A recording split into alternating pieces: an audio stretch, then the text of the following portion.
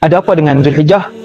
Untuk pengetahuan semua, saya dan kita semua, 1 hingga 10 Zulhijjah adalah hari terbaik dunia di sisi Islam, sehingga ia lebih istimewa daripada 10 terakhir Ramadan. Apakah amal kebaikan yang kita nak buat? Saya ringkaskan. Yang pertama ialah membanyakkan bacaan Quran. Sepanjang tahun kita baca Quran. 1 sampai 10 ni kita gandakan bacaan Quran. Tak pernah sepanjang tahun tak baca Quran. 1 Zulhijjah bacalah 1 sehari semuka surat Al-Quran. Paksa diri kita untuk menjadi ahli syurga. InsyaAllah Allah datangkan ikhlas.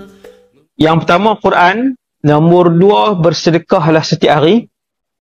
Kalau bukan bulan biasa, kita sedekah sebulan sekali ataupun seminggu sekali.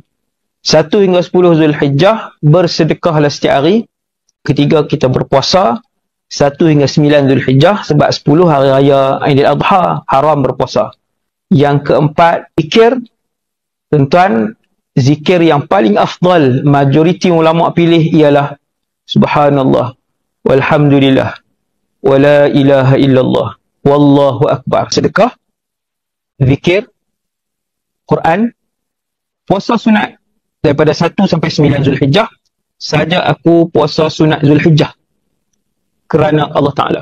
Tuan-tuan, 1 sampai 10 ni pastikan amal ibadah kita berganda dan ditambah. Dan akhirnya ialah menghidupkan malam. Siapa yang susah untuk menghidupkan malam, cukuplah witir. Jangan tinggal witir, cukup.